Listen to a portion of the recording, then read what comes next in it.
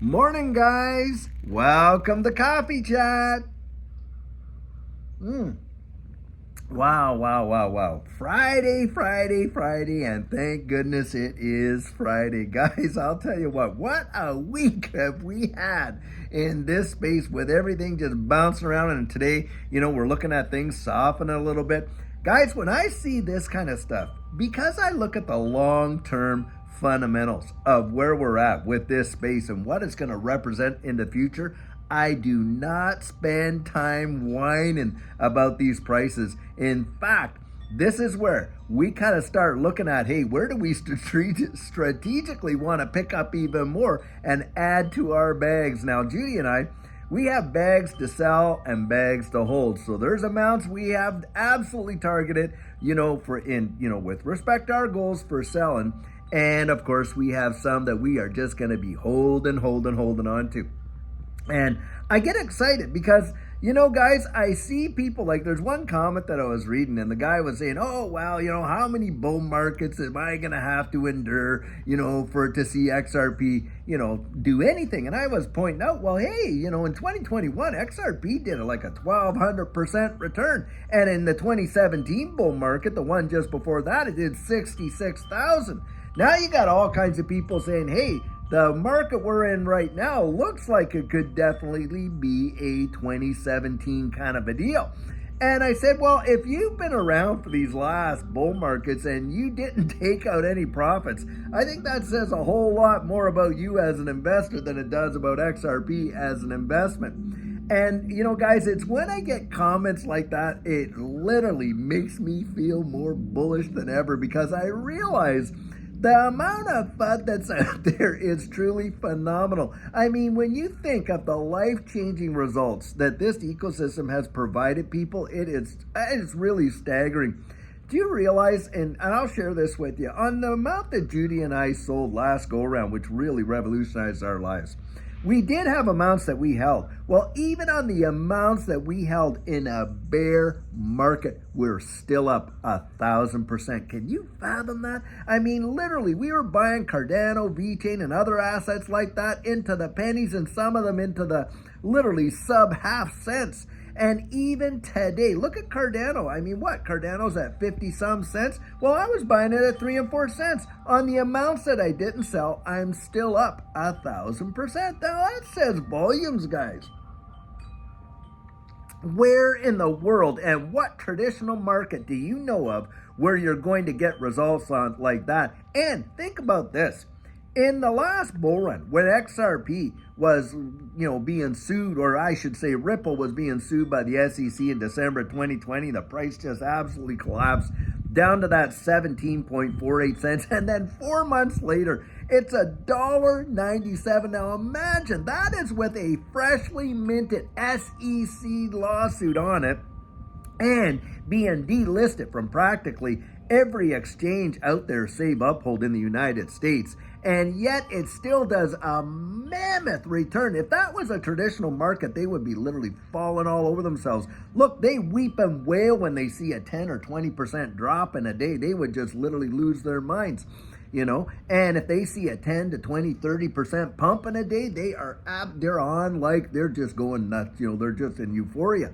This space, I'm telling you what, it sees some major pumps and yes, some major dumps. It's that volatility that has given us the ability to see such tremendous gains in such a short time. And don't kid yourself, there were millionaires made, in that last bull run for XRP, even though it didn't even hit its previous all-time high. And of course, 2017 to 2018 in that bull run, wow, were there ever some people's lives really changed. And guys, this is how you got to think about it. Look down the road. Don't look at what's going on just in the day, and look at the opportunities, because that's usually when people are fearful. I love what Warren Buffett has to say. It says this, look, I get fearful, he says, when people get greedy, and I get greedy when people get fearful. And that's true because, hey, millionaires are made down here, not up here, right? Think about that. That is an absolute fact. Now, guys, something else I was reading today that is really can absolutely, this is proof in the pudding. This is absolute proof. Here's the proof. So there's this building. I'm reading this on The Hedge. And they're looking at, there's this guy's reporting, hey, there's going to be this, tower that is going to be torn down. It's not even dilapidated, but they're going to tear down this vacant LA tower, like office tower where all this office space is. And you know what they plan on putting in its place? EV plug-in station for cars. They're going to literally tear down a multi-million dollar building, or at least at one time was, and they're going to throw in a parking lot where people can plug in their EV vehicles. Wow, I'll tell you what. And the guy purporting it, he says, I don't know what's crazier, the fact that they're going to do this or the fact that commercial real estate has dropped 80 to 90% vacancy rates and the price of these. And that says lots, guys. It says so much. Why? Because a lot of these big firms, when this whole deal went down, found out that, look, we don't need to be leasing all this space and, putting in hundreds of thousands of dollars a year into this commercial leasing space when our people can absolutely be as productive or even more productive working from their own homes. And look, we don't even have to pay for it because we'll just give them a paycheck and they're just doing their work at home. In actual fact, I genuinely believe people should be negotiating working from home into their contracts for salaries, because of course it's saving these companies massive amounts of rental dollars because they're not having to pay it anymore. So maybe they should bump up your salary a bit or give you a little bit more benefits or whatever it is. But boy, does that ever show you really where the economy is, doesn't it? I mean, you're watching commercial real estate take a beating like it has never, ever seen. And the downtown cores are going to start looking different, aren't they? All those big towers, they're not nowhere near filled like they used to be.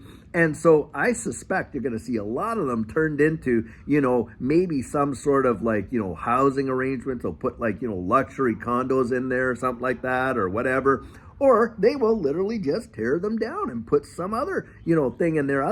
It is just so amazing to watch and see. And there's your proof right there, right in the pudding, that, hey, the way they're trying to sell it over here is not the way things are really going down. You might see the buildings and they might have the lights turned on to look like, oh, there's all kinds of activity. Like, hey, in China, they do it, those ghost cities. They turn the lights on to make it look like there's activity, but by satellite, they know there's hardly a soul living there. But needless to say, it's a dog and pony show. Guys, don't buy it. Look to the future, because you know what's coming. You know very well they're moving us into a digital world, a digital economy, digital IDs, digital, everything and like that. And this is where, look, you may not see it immediately. Don't expect to throw your dough in there and within just a few months. And that's why you get all these people whining and complaining because, they thought they'd throw 100 or 1,000 in there. And within a few months, hey, they'd be taking out tens of thousands, hundreds of thousands, maybe millions. Those days, guys, are probably gone in that respect, but that does not mean there is not life-changing, wealth-changing opportunities in this space, but you just have to wait for it. Guys, it is coming. The future is coming. And guys, remember, hey, if you were around when the internet was coming out, and I certainly was, we were having our kids back then and things like that. Boy, if we only used just a little ounce or two of long-term vision, it would have revolutionized most of our lives. Most people were romanced by the internet. Heck, we were watching movies, You Got Mail, and all this kind of stuff. How many people were totally oblivious to how it was going to revolutionize the way the world worked, the way people communicated, the way information came down? Heck, the way you go see your doctor. Most of us now are seeing our doctors online. Get that? Our parents and grandparents thought, the big wave of change was when the doctor stopped doing house calls. Now they're back to doing house calls, all right, virtual ones. They don't even want you coming to the office. That is wild as well.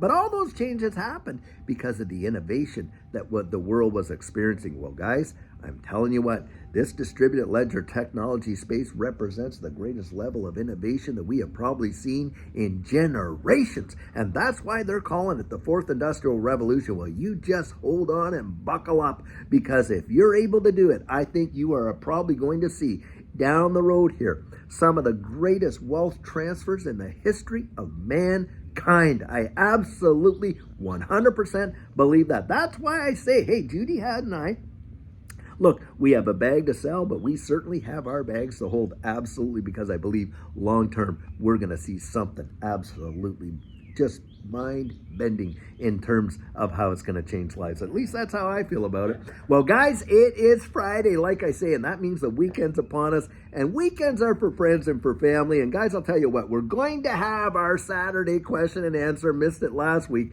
but we'll have it this week. And of course, Sugar on Sunday, where we share some real amazing nuggets of encouragement. And I can't wait. I hope to see you guys there. But guys, regardless whether you meet me on Saturday or Sunday, I just pray you have an absolute blessed weekend with your family and all of that. So, hey guys, have a great one. Until later on when we have an amazing video for you, take care.